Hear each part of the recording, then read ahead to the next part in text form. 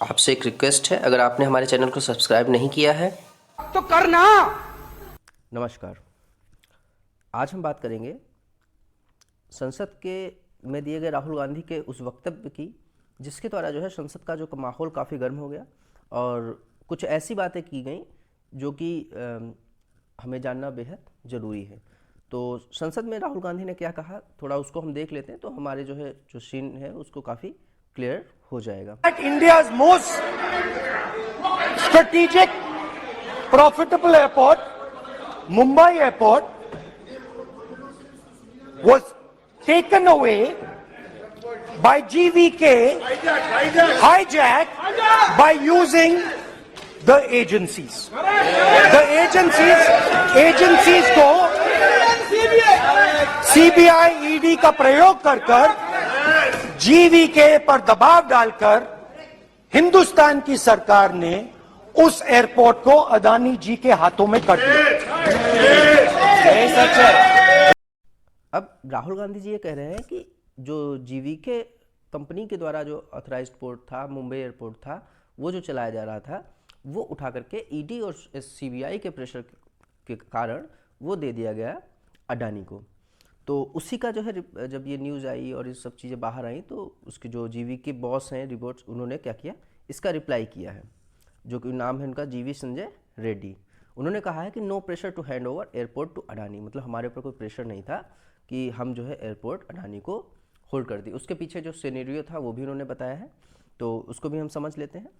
तो जीवी संजय रेड्डी जो है, जो कि वाइस चेयरमैन है उस जीवी की कंपनी के, जो कॉन्ग्लोमेरेट है, कॉन्ग्लोमेरेट मतलब होता है कि जिसमें बहुत सारी कंपनियां मर्ज होती हैं, उसको बोलते हैं हम कॉन्ग्लोमेरेट। तो उसने जो है इस चीज़ को स्ट्रांगली डिनाई किया है कि जो हमारे एमपी राहुल गांधी हैं, उन्होंने जो कमेंट किया है कि मोदी गवर्नमेंट ने जो है जीवीके को हाईजैक किया है और मुंबई एयरपोर्ट को अडानी ग्रुप को हैंडओवर करने के लिए प्रेशराइज किया है।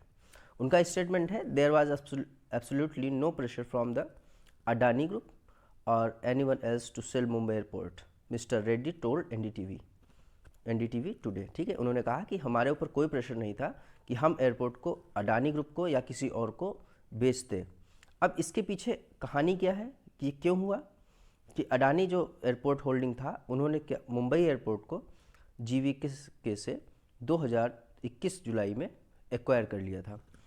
अब इसके पीछे जो संजय रेड्डी ने जो कहानी बताई है, जो उन्होंने स्टोरी बताई है, वो क्या है उसको देख लेते हैं। संजय रेड्डी जी कहते हैं कि अगर हम उसके ट्रांजैक्शन के बैकग्राउंड में जाएं तो हमें ये पता चलता है कि हमने इसको क्यों बेचा, क्योंकि जो हमारी होल्डिंग थी, जो कंपनी था, वो लगभग 10 सालों से डेप्ट में थी। हमने बेंगलोर एयरपोर्ट को भी रिक्वायर कर लिया, उसमें भी हमको ड्यू आ रहे थे उसको डेप्ट को पे करने में। इसलिए जो है हम क्या कर रहे थे, हम इन्वेस्टर्स से बात कर रहे थे कि हमारा किसी इन्वेस्टर से बात हो जाए, और हमने जो है 3 इन्वेस्टर्स से टाई अप भी किया और हमने उस कंपनी को जो है, जिससे हमने क्या किया, अपने डेप्ट को पे कर दिया।